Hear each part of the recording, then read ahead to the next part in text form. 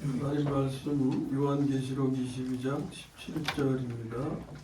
성경 맨 끝에 짜게 돼요. 신약 성경 맨 끝에 있죠. 422쪽. 요한계시록 22장 17절입니다. 다 같이 한 목소리로 있죠.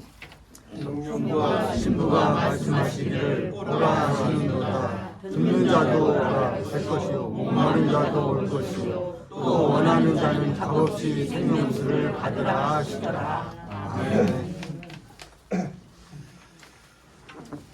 이 시간에는 목적을 이루시는 하나님 이런 제목으로 말씀을 나눕니다. 말씀의 내용은 새로운 내용이 아니에요.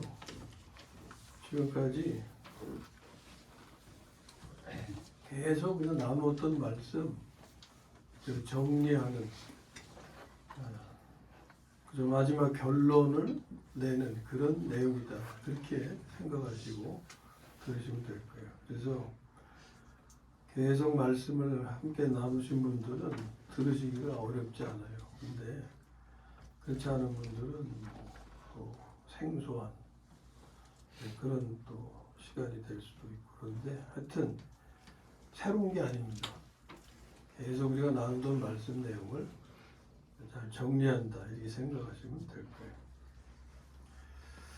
이게 목적을 이루시는 하나님을 할 때 하나님은 이제 목적을 가지신 분인데 하나님이 목적을 가지시면 좋은 목적이겠어요? 나쁜 목적이겠어요? 당연히 이제 좋은 목적을 가지시는데 자, 우리는 목적 그러면 하나님이 어떤 걸 생각하실까? 하나님의 목적 그러면 어떤 일들을 생각할 수 있어요. 근데 그 목적이 나다. 그럼 어떨까요? 내가 하나님의 목적이 된단 말이에요. 네? 아멘? 생각해 보셨어요? 이렇게 생각해 보시면 어때요? 여러분의 자녀가 여러분의 목적이야. 네? 내가 하나님의 목적이 된다고 하는 건 사실 그게 핵심이에요. 그 말씀의 핵심이 그런데 내가 하나님의 목적이 되는 것. 그건 마치 뭐와 같으냐면 요한복음에 수가성 여인 이야기 아시죠? 수가성 여인이 물 길러 갔어요. 우물에. 그래서 예수님 만났죠. 대화 중에 예수님이 샘물에 대해서 말씀해요. 근데 그건 어떤 물입니까? 다시 목마른 물. 예. 예수님이 말씀하신 물은 한 번 마시면 영원히 목마르지 않는 그런 물이다 그랬어요. 그러니까 그 여인이 반응이 어땠어요? 아이고 그 물 좀 놔주세요 그랬잖아. 예? 우리도 그런 물 얻으면은 생수 한 산 먹고 예? 계속 생수가 나오는 그런 물이 있으면 좋겠죠. 근데 그런 이제 물질적인 물은 아니고 그것이 이제 생명수라는 걸 다 아시잖아요. 예수님이 말씀하신 그 생수 그거를 받았으면 하는 마음이 생겼잖아요. 그 여인이. 오늘 내가 하나님의 목적이 된다고 하는 것이 그 여인이 그런 생수에 대해서 들은 것과 같은 거예요. 그걸 알게 된다면 우리도 어떻게 해야 되겠어요? 우리의 반응은 하나님 뭘 더 달라 그래요? 달라는 것만 생각하고 하나님 제가 하나님의 목적이 되길 원합니다. 아멘? 아멘. 따라해보세요. 하나님 제가 하나님의 목적이 되길 원합니다. 목적이 되기를 원합니다. 그 생수 저에게 주세요 하는 것과 같은 거예요. 이게 오늘 주보 보고 좀 달라진 거 못 보셨어요? 네? 원룸. 원로 목사님. 네, 저 원로 목사예요. 담임 목사님 빨리 오셔야 돼. 근데 원로 목사가 되면요 설교가 좀 짧아져야 돼요. 평소대로 하셔. 그래서 이제 몇 번의 기회를 주실지 모르지만 짧게 저기 하려고 이제 생각 중이고 노력은 하려고 그러는데 제대로 될라는 건 모르겠어요. 감사하게도 이정숙 권사 평소대로 하세요 그러니까 제가 좀 힘을 얻는데 좀 짧았으면 하는데 저도 그런 생각인데 자 어쨌든 이 자리는 앞으로 누가 책임져야 돼요? 문반성 목사님. 문반성 목사님이 빨리 여기 서시도록 여러분이 애쓰셔야 돼요. 기도하시고 빨리 성전 구하시고 예? 빨리 하셔야 돼요. 자, 성경은 창세기로부터 시작해서 계시록으로 끝나죠. 창세기는 하나님의 목적이 있으심을 우리에게 알려줘요. 그리고 요한계시록에서는 그 목적이 성취됨을 알려주십니다. 곧 성경은 하나님은 목적이 있으시고 그 목적을 이루시는 분임을 계시하는 것이에요. 하나님은 창세기에서 사람을 지으셨어요. 어떤 모습으로 지었습니까? 당신의 형상대로 지었죠. 이것은 당신의 닮은 꼴을 지으신 겁니다. 이는 사람이 당신을 닮게 하려고 하신 거예요. 이것이 사람을 향하신, 나를 향하신, 우리를 향하신 하나님의 목적이셨습니다. 그래서 하나님은 목적이 있으시고 그 목적을 반드시 이루시는 분임을 성경이 계시하는 거예요. 하나의 말씀을 참조하면 요한계시록 9장 3절 그 주보 뒤에 있으니까 같이 보셔도 되겠습니다. 요한복음 9장 3절 말씀을 한 목소리로 읽겠습니다. 시작. 예수께서 대답하시되 이 사람이나 그 부모의 죄로 인한 것이 아니라 그에게서 하나님이 하시는 일을 나타내고자 하십니다. 아멘. 3절만 우리가 읽었는데 문맥 아시죠? 배경이 뭔지 소경에 대한 이야기인데 저 사람이 소경이 된 게 누구 죄입니까? 부모 죄입니까? 본인의 죄입니까? 이렇게 뭐 대화할 때 예수님이 하신 말씀이죠. 이 사람이나 그 부모의 죄로 인한 것이 아니라 그에게서 하나님이 하시는 일을 나타내고자 하심이라. 이게 뭘 말하는 거예요? 하나님의 목적에 대해서. 이 사람에게 하나님이 목적을 갖고 계시다 그 말이에요. 그것처럼 나에게도 목적을 갖고 계시다 하는 거예요. 이 말씀에서 이걸 알아야 되는 거예요. 예? 하나님이 나에게 목적을 가지고 계시는데 어떤 목적인가 이걸 아는 게 중요한 거죠. 하나님께서 목적을 이루시는 방법, 곧 하나님을 닮게 하시는 방법이죠.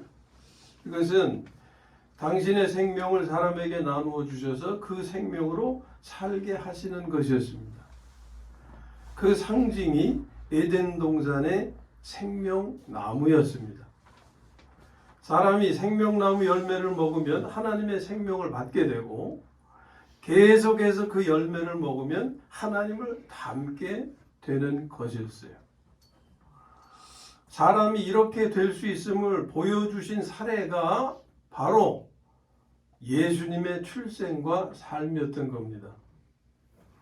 예수님의 출생은 사람이 어떻게 하나님의 생명을 받게 되는지를 알려주는 거였어요. 성경 말씀 두 군데 보면 예수님의 탄생과 관련된 말씀에 주보에 있으니까 마태복음 1장 20절 읽습니다. 시작. 요셉아 내 아내 마리아 데려오기를 무서워하지 말라. 그에게 잉태된 자는 성령으로 된 것이니라. 예수님의 출생이 뭘로 된 거예요? 성령으로. 그 다음에 누가복음 1장 35절 시작. 천사가 대답하여 이르되 성령이 내게 임하시고 지극히 높으신 이의 능력이 너를 덮으시리니 이러므로 나실 바 거룩한 이는 하나님의 아들이라 일컬어지리라. 아멘. 여기서도 성령이 내게 임하시고 말씀하죠. 근데 성령을 풀어서 또 뭐라고 보충합니까? 지극히 높으신 이의 능력. 예? 그 능력이 너를 덮으시리니 이름으로 나실 바 거룩한 이는 하나님의 아들이라 일컬어지리라. 그랬어요.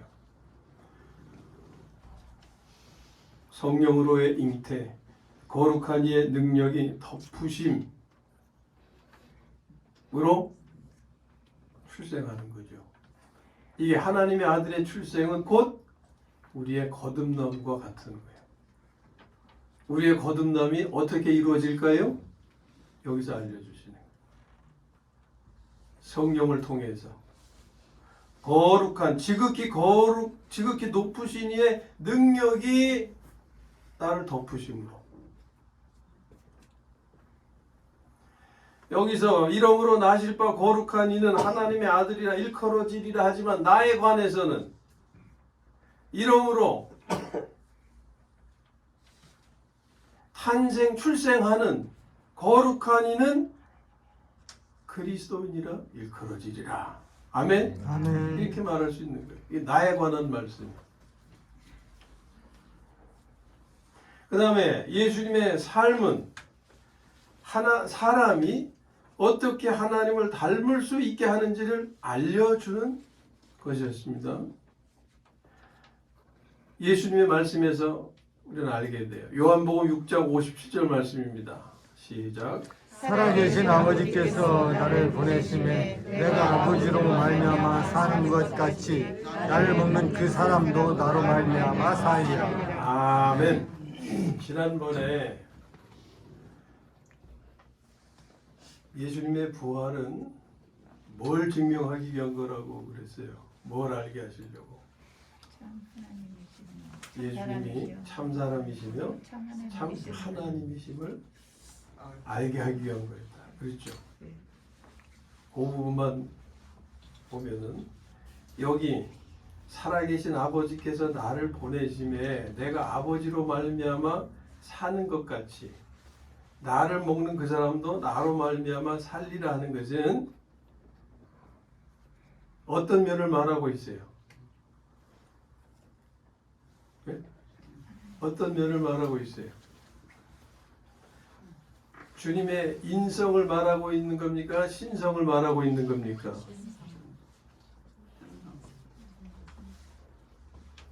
그렇게 질문하면 한 가지밖에 답이 안 나오겠죠. 양성을 말하고 있는 거죠. 살아계신 아버지께서 나를 보내심에 하나님을 이제 아버지라고 부르고 있어요. 그러나 본질적으로는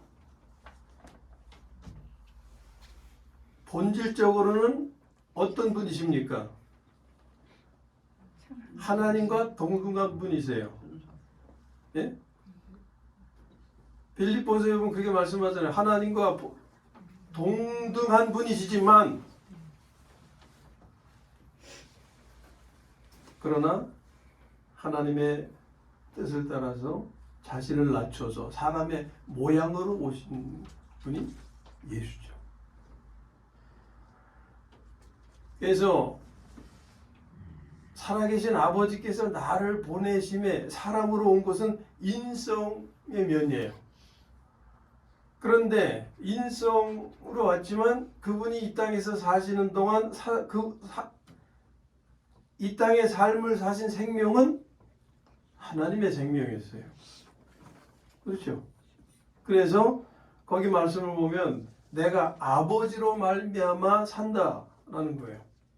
아버지로 말미암아 산다는 것은 하나님의 생명으로 사셨다는 거예요. 예? 사람으로 오신 면에서는 인성이지만 그의 삶을 이루어 가신 것은 하나님의 생명으로 이루어진 거다. 그래서 예수님이 아버지를 닮을 수 있었던 거예요.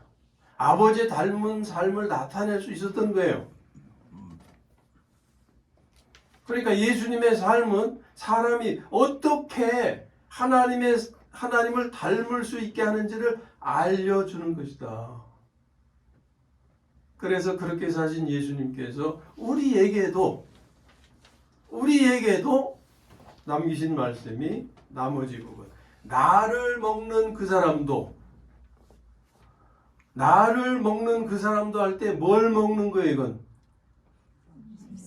그분의 생명을 먹는 거예요. 네? 그분의 생명. 나를 먹는 그 사람도 나로 말미암아 살리라. 하나님의 생명으로 산 나, 나를 생명으로 삼은 너희가 하나님의 생명을 계속 공급받으면 나로 말미암아 살리라. 하나님의 생명으로 살게 될 거다. 아멘. 그걸 말씀하는 거예요. 그러니까 사람이 어떻게 하나님을 닮아 살 수 있는지를 보여주신 첫 사례가 예수였다. 이후로 사람은 예수를 통해서 똑같은 거예요. 하나님의 생명을 받게 되고, 두 번째는 뭐겠어요? 하나님의 생명을 살아 하나님을 닮을 수 있게 되었다. 아멘? 아멘. 이게 처음 듣는 말씀이에요? 지금까지 계속 들은 말씀 정리해 드리는 거잖아요. 자, 예수님을 통해서 하나님의 생명을 받게 되었다. 아까 예수님의 출생에 대해서는 성령이 임하셔서 지극히 높으신 이의 능력이 너를 덮으심으로 출생하신 거죠. 그런데 히브리서에서는 아주 분명하게 언급되고 있어요. 거기 히브리서 2장 11절 읽습니다. 거룩하게 하시는 이와 거룩하게 함을 입은 자들이 다 한 근원에서 난지라. 아멘. 뒤에서부터 보면 한 근원에서 난지라. 뭘 의미해요? 뭘 말해요? 하나님으로부터 났다 그거죠. 네? 하나님의 생명을 받아 출생했다 그 말이에요. 누가? 거룩하게 하시는 이와 거룩하게 함을 입은 자들이 다 한 생명에서 났다 그 말입니다. 그러면 거룩하게 하시는 이는 누구고 하나님. 거룩하게 함을 입은 자들은 누굽니까? 그리스도. 거룩하게 함을 입은 자들은 그리스도인들이에요. 우리들이에요.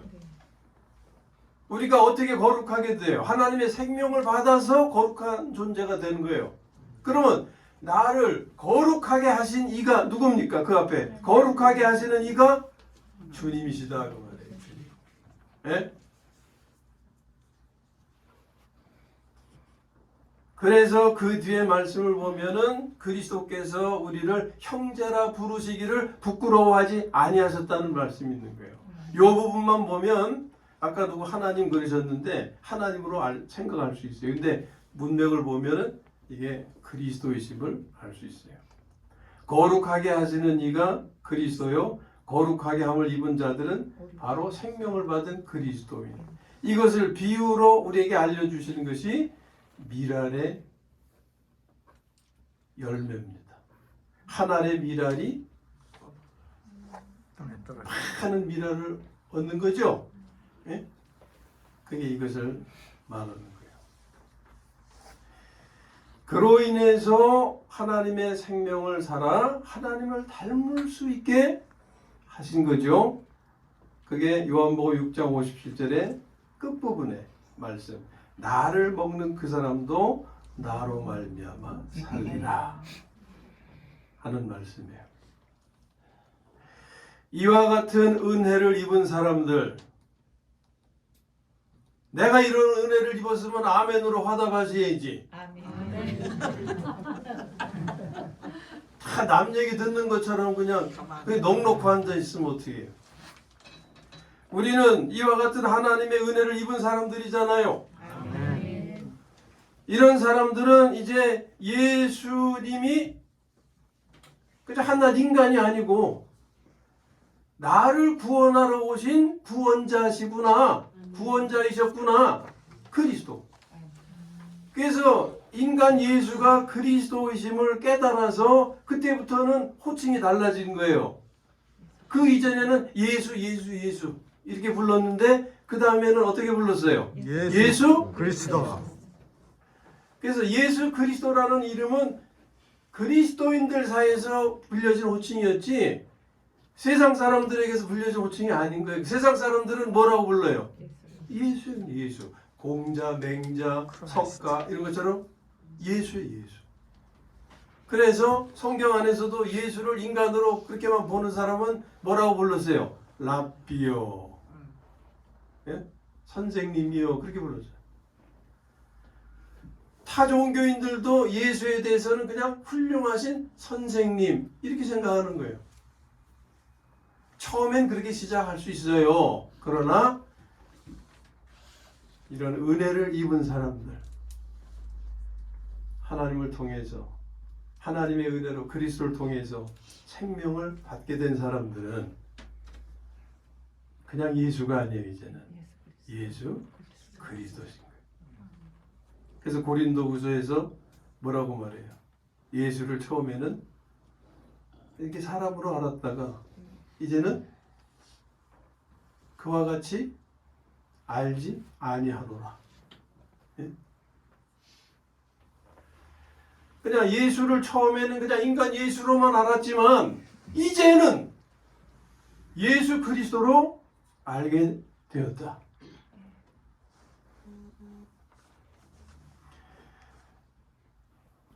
이렇게 예수 그리스도로 알고 믿게 된 사람들은 세상 사람들로부터 그리스도인이라고 불리게 되죠. 그게 사도행전에 있는 말씀이죠. 안디옥 교회에서부터 그리스도인들이나 자칭 그리스도인이 아니에요. 세상 사람들이 붙여준 이름이에요. 예? 다르게 표현하면 이런 거죠. 예수쟁이.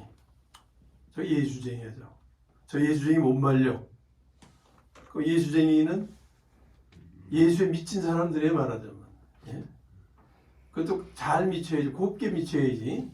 나쁘게 미치면 이단에 빠져가지고 신세 망치는 거예요. 그렇잖아요. 요즘 그런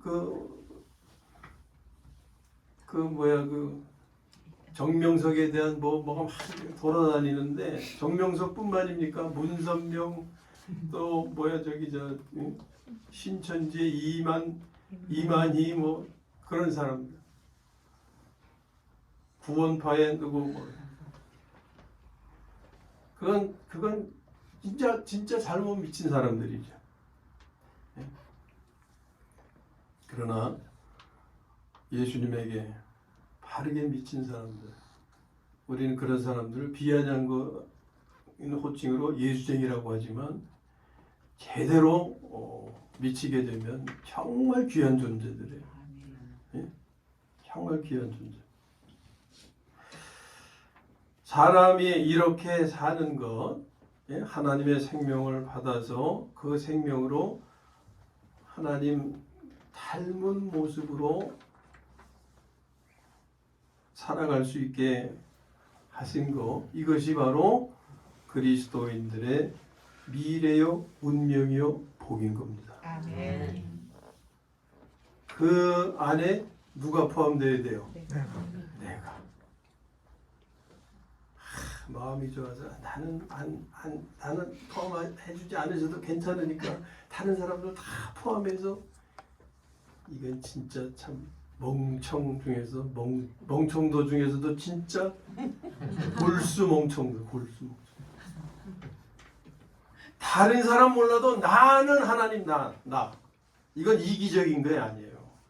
내가 먼저 그 은혜를 받아야 그 은혜를 나누는 나눠주는 통로가 될 수가 있는 거거든요. 아멘. 네?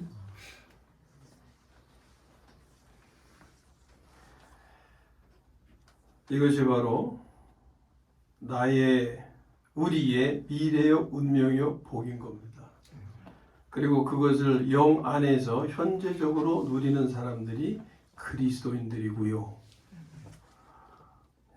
영 안에서 현재적으로 누리는 사람들, 예수님을 믿어서 하나님의 생명을 받아 하나님의 자녀로 거듭나서 그리스도인이 되는 것, 이것이 오늘 내가 영 안에서 현재적으로 누리는 복인 거예요. 예? 그 다음에 그 생명을 받은 후에는 어떻게 되는 거예요?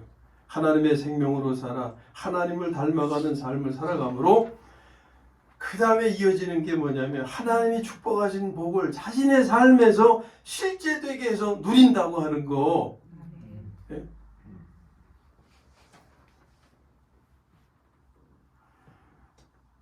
인격적인 면에서는 온유와 겸손을 살게 하시고 생활 면에서는 하나님께서 책임져 주시는 그런 생활을 이루게 하시는 거.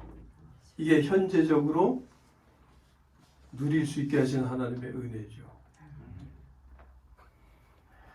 우리로 하여금 온유와 겸손을 살 수 있게 하셨지 온유와 겸손한 사람으로 완전체로 바꿔놓으신 게 아니거든요.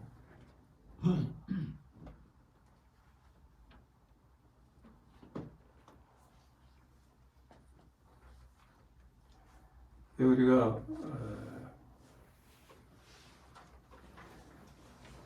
사실 이런 말씀을 전하면서도 걸리는 것이 너는 그럼 온유하고 겸손하게 사냐? 이렇게 되묻는 게 진짜 부담이 돼.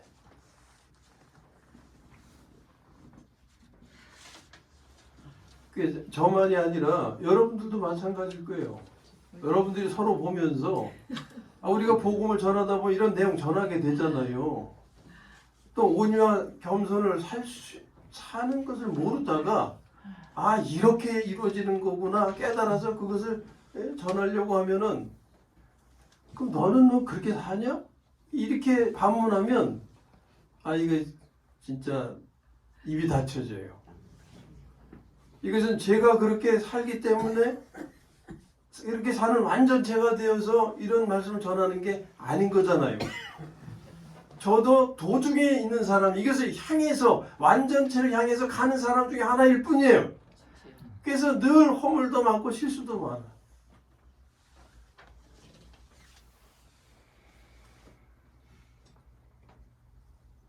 이런 지적을 이 집안에서 많이 받게 되고 가까운 사이에서 많이 받게 되는데 예?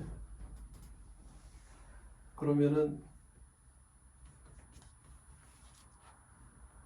입이 닫히고 그리고 힘을 낼 수가 없고 앞으로 나갈 수가 없어요. 우리는 그럼에도 불구하고 이 은혜의 삶을 이루기 위해서 그저 안간힘을 쓰는 서로 도중에 있는 사람들, 그래서 서로 협력하고 도와주고 그렇게 해야 되는 거죠. 그게 참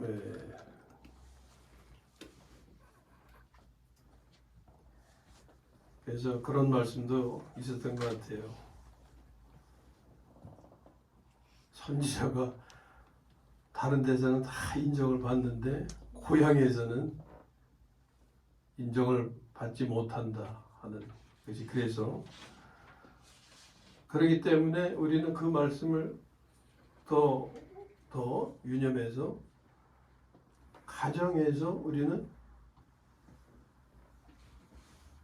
더 이렇게 힘이 되어줘야 된다 이렇게 생각을 합니다. 자, 이게 영 안에서 현재적으로 누리는 복입니다. 하나님의 생명받아 하나님의 자녀로 출생해서 그 생명으로 살아 하나님 닮아가는 삶을 살려고 애를 감으로 하나님이 축복하신 복을 자신의 삶에서 실제되게 해서 누리는 것. 늘 그렇지는 못하지만 그래도 순간순간 온유와 겸손의 삶을 나타내려고 사실 한번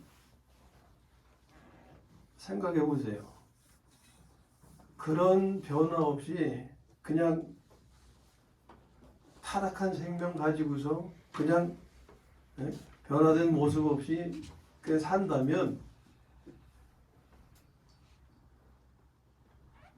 편안할 날이 없을 거예요. 편안할 날. 그나마도 하나님의 은혜로 조금씩 변화를 이루고자 하는 그런 갈망 가지고 가니까 그나마 그래도 이전보다는 좀 낫게 이렇게 변화되는 것이지. 우리가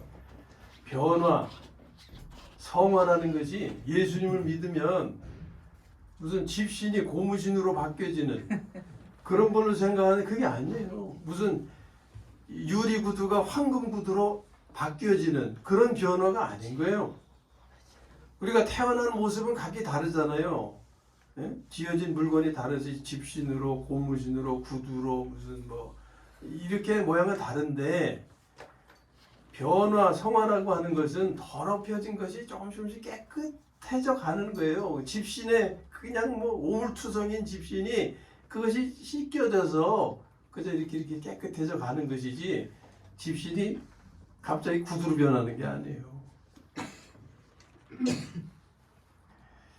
우리의 삶에서 이것이 많은 영향을 끼치고 중요하기 때문에 조금 지체해서 이 말씀을 드렸습니다.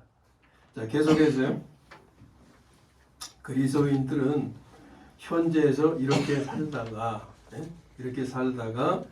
그들의 복된 운명, 복된 미래에 이르게 되는 거죠. 그것은 하나님과 함께 영생하는 겁니다. 계시록에서 계속 우리가 그 말씀 나눠왔잖아요. 하나님과 영생하는 것인데 이것이 성경의 결론이에요. 그리고 그것을 말씀하는 것이 계시록인데 그 중에 오늘 본문 말씀이 더욱 그러한 거예요. 결론의 결론 부분이잖아요. 네? 성령과 신부가 말씀하시기를 그랬잖아요. 성령과 신부가 말씀하시기를. 이것이 성경의 결론이에요. 이게 뭐냐? 자, 이 문장을 잘 보세요. 이 문장에서 주어는 성령과 신부죠. 근데 성령과 신부는 단수적 표현이에요, 복수적 표현이에요? 복수적 표현이에요. 이걸 단수적 표현으로 보는 사람 거의 없을 거라고 생각되는데 이게 뭔지 아는 사람은 이제 그렇게 오겠지만 그렇지 않은 사람은 우리가 평범한 문장을 일반적으로 이해할 때 성령과 신부, and로 연결이 되잖아요. 이게. 예? 성령과 신부는 복수적 표현이에요. 복수적 표현인데 그렇다면 여기에 따르는 동사는 무슨 동사가 돼야 돼요? 복수동사가 돼야 되죠. 예? 복수동사가. 그런데 이 문장에 쓰여진 동사는 단수동사예요. 예? 단수동사. 무엇을 의미하는 거겠어요? 하나님. 동사가 단수라는 것은 주어가 하나. 단수라는 거죠. 표현은 복수적으로 되어 있는데 쓰여진 동사, 주어에 따르는 동사는 주어에 따라서 오는 거잖아요. 예?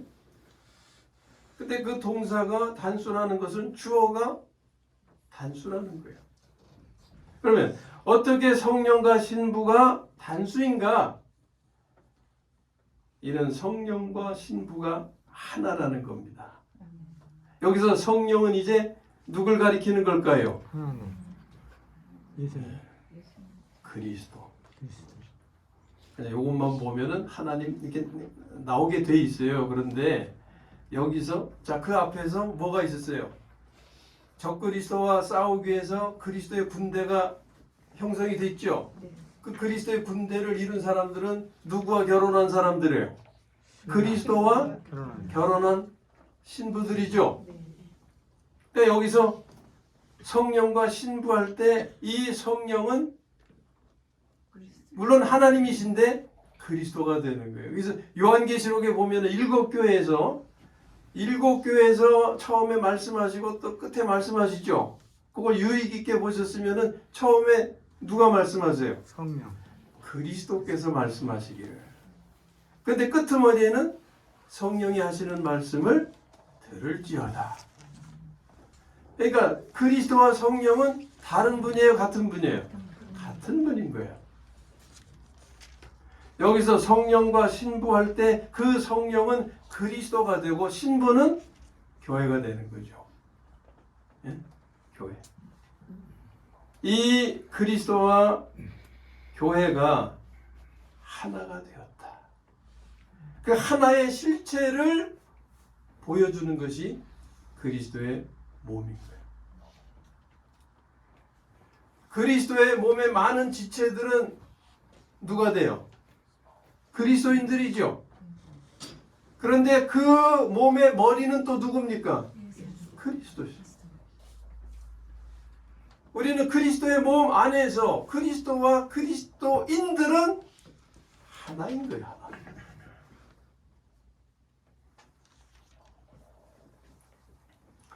이걸 그냥 말로만 설명하면 이해가 안 되고 그러니까 실제로 그림처럼 보여주는 거예요. 사람의 몸을 우리가 보면서 생각하면 몸으로 비유해서 표현하는 그것들의 관계를 쉽게 이해할 수가 있어요. 예? 그리스도인들을 몸의 지체라고 분명히 말씀하셨고 그 몸의 머리는 그리스도이심을 말씀했어요. 그러면 이 사람의 몸에 있어서 머리와 많은 지체들은 뭘로 연결되어 있습니까? 생명으로 연결되어 있잖아요. 생명이 따로 있어요? 머리 생명 따로, 몸 생명 따로입니까? 머리와 몸의 모든 지체들은 한 생명 안에서 한 공동체의 운명체다 그 말이에요. 그러면 그리스도의 몸의 생명은 어떤 생명입니까? 하나님이시죠. 하나님의 생명이죠. 성령과 신부가 하나라는 것을 계시하시는 말씀이에요. 이는 교회가 그리스도인들이 생명 안에서 하나 된 것을 의미하는 것입니다. 그리스도의 몸, 이는 지체들이 그리스도인들이죠. 지체들이 하나님의 생명 안에서 그리스도와 하나 된 관계. 이것은 사람을 향하신 곧 우리, 나를 향하신 하나님의 목적이 이루어진 순간이었습니다.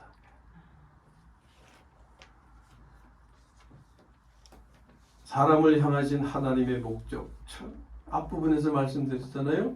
뭐예요? 사람을 당신답게 만드시는 것. 그래서 사람에게 당신의 생명을 주시고 그 생명으로 하나님답게 살게 하시려는 것. 이게 하나님의 목적이 있었다. 이는 창세기에서의 시작이 요한계시록에서 성취되는 것입니다. 하나님의 목적이 이루어지는 것인 거예요.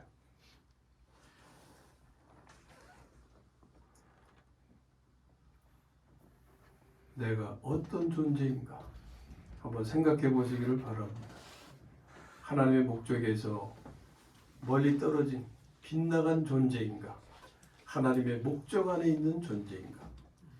네.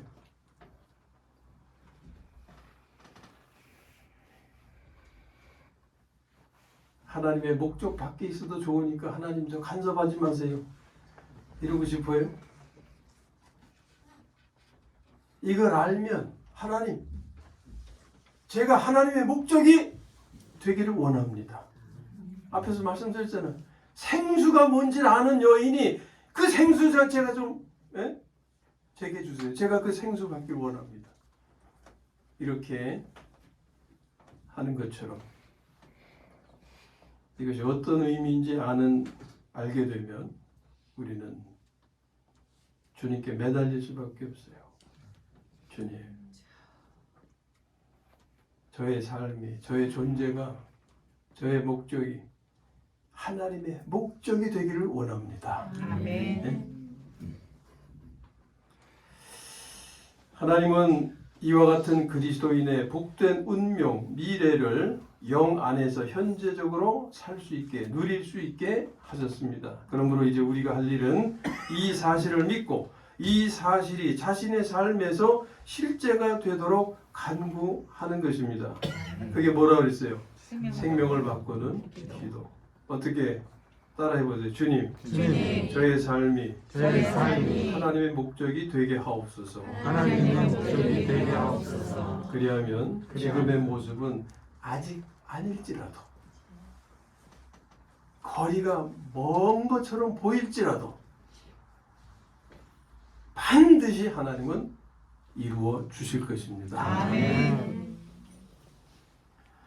아무쪼록 나의 인생, 우리의 인생이 하나님의 목적이 되게 해서 이 땅에 사는 동안 영 안에서 현재적으로 복된 운명, 미래의 삶을 소유하고 누리다가 이 땅의 삶을 마친 후에 자연히 복된 미래가 실제가 돼요.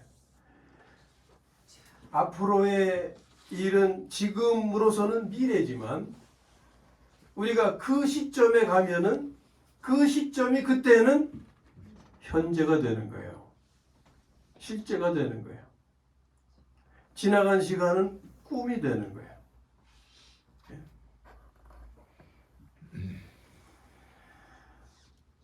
이 땅의 삶을 마친 후에 자연히 복된 미래가 실제, 현실이 되어서 하나님과 하나가 되어 곧 성령과 신부가 하나가 되어 하나님과 함께 거룩한 성 새 예루살렘에서 영생하게 되기를 주님의 이름으로 축원합니다. 아멘.